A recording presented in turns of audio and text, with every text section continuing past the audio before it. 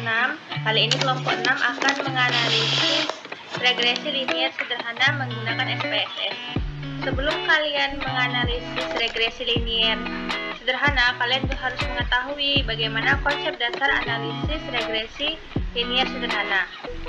Yang harus kalian ketahui yaitu analisis regresi linier sederhana bertujuan untuk mengetahui ada atau tidaknya pengaruh satu variabel independen atau X terhadap variabel dependen atau Y.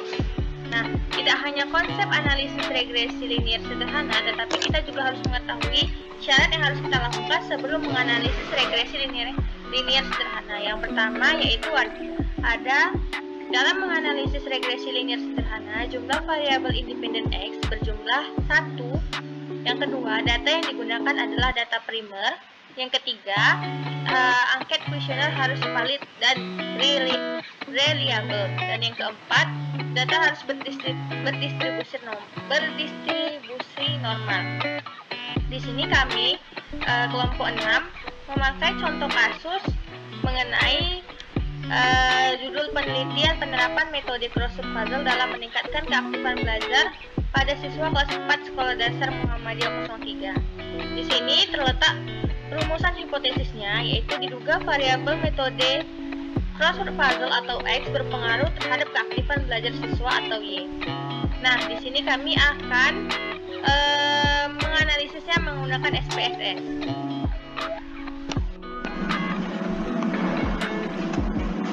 Nah, setelah kita mengetahui konsep dasar dan syarat untuk menganalisis regresi linier sederhana, sekarang kita buka aplikasi SPSS kita untuk menganalisis data yang telah kita dapatkan. Di sini di bagian name ini kita letakkan X dan Y, di mana X itu metode crossword puzzle dan Y itu keaktifan belajar siswa. Selanjutnya kita masuk ke dalam data ini. Di sini ada terletak data X dan Y yang didapat dari angket yang sudah valid. Untuk menganalisis regresi linier sederhana, kita klik Analyze. Selanjutnya Regression, lalu kita klik Linear. Nah, di sini X-nya kita letakkan di bagian Independent dan Y-nya kita letakkan di Dependent. Selanjutnya kita klik OK. Nah, di sini ada variabel remove.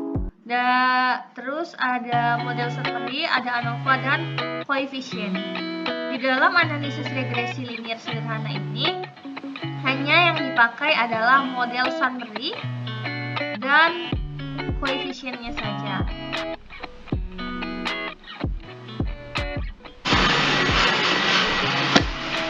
Setelah tadi kita menganalisis menggunakan SPSS, yaitu sudah saya copy mengenai model summary dan koefisien. Lalu kita dapat dasar pengambilan keputusan analisis regresi linier sederhana itu dapat kita lihat dari nilai signifikansinya, yaitu jika nilai 6-nya lebih besar dari 0,05, maka kesimpulannya tidak terdapat pengaruh variabel X terhadap variabel Y. Dan jika nilai sigma kurang dari 0,05, maka kesimpulannya terdapat pengaruh variabel X terhadap variabel Y. Dan dilihat dari nilai T hitung, jika nilai T hitung lebih kecil dari T tabel, maka kesimpulannya tidak terdapat pengaruh variabel X terhadap variabel Y. Dan jika nilai T hitung lebih besar daripada T tabel, maka kesimpulannya terdapat pengaruh variabel X terhadap variabel Y. Nah, di sini kita langsung saja menganalisis output SPSS yang telah kita lakukan tadi. Di sini saya sudah meletakkan model summary yang ada di SPSS.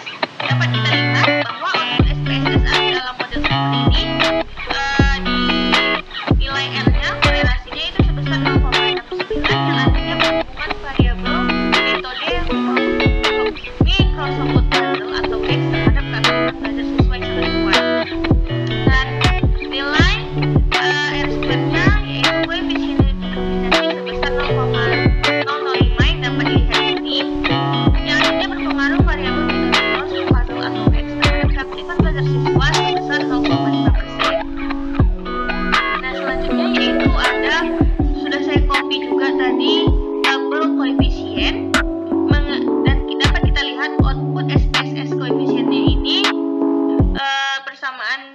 regresinya dapat dinilai nilai konstan A itu sebesar 21,456, dan ini dia nilai konstan A-nya itu sebesar 21,456, sedangkan nilai metode closed puzzle atau B koefisien regresinya sebesar 0,038 sehingga persamaan regresinya dapat kita rumuskan. Nah, nilai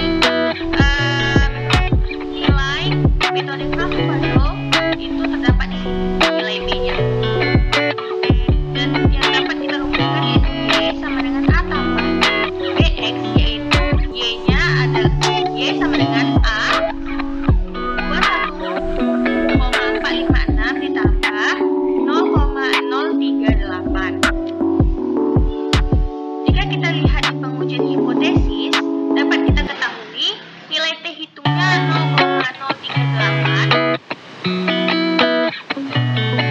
Nilainya T hitung 0,028. Sorry ya teman-teman, 0,328. Dan ternyata nilai T hitungnya itu lebih besar dibandingkan dengan T tabel 2,068.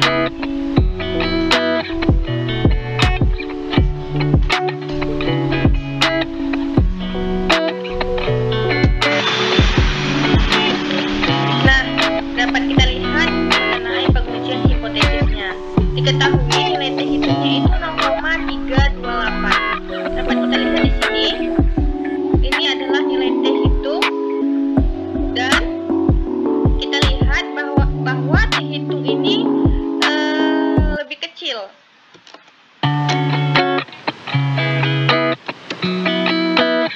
daripada T tabel. T tabelnya lebih besar, yaitu 1,71387. Untuk kita melihat T tabel dapat dilihat di bagian tabel Innova. Nah, jadi selanjutnya kita melihat pengujian hipotesis. Dapat diketahui bahwa nilai T hitungnya itu 0,328 dan T tabelnya itu 1,71387. Dapat dilihat bahwa T hitungnya lebih kecil daripada T tabel dan nilai signifikansinya itu 0,746.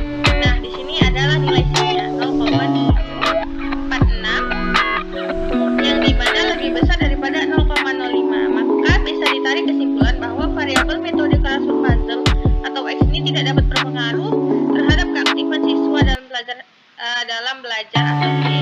Jadi dapat ditarik kesimpulan bahwa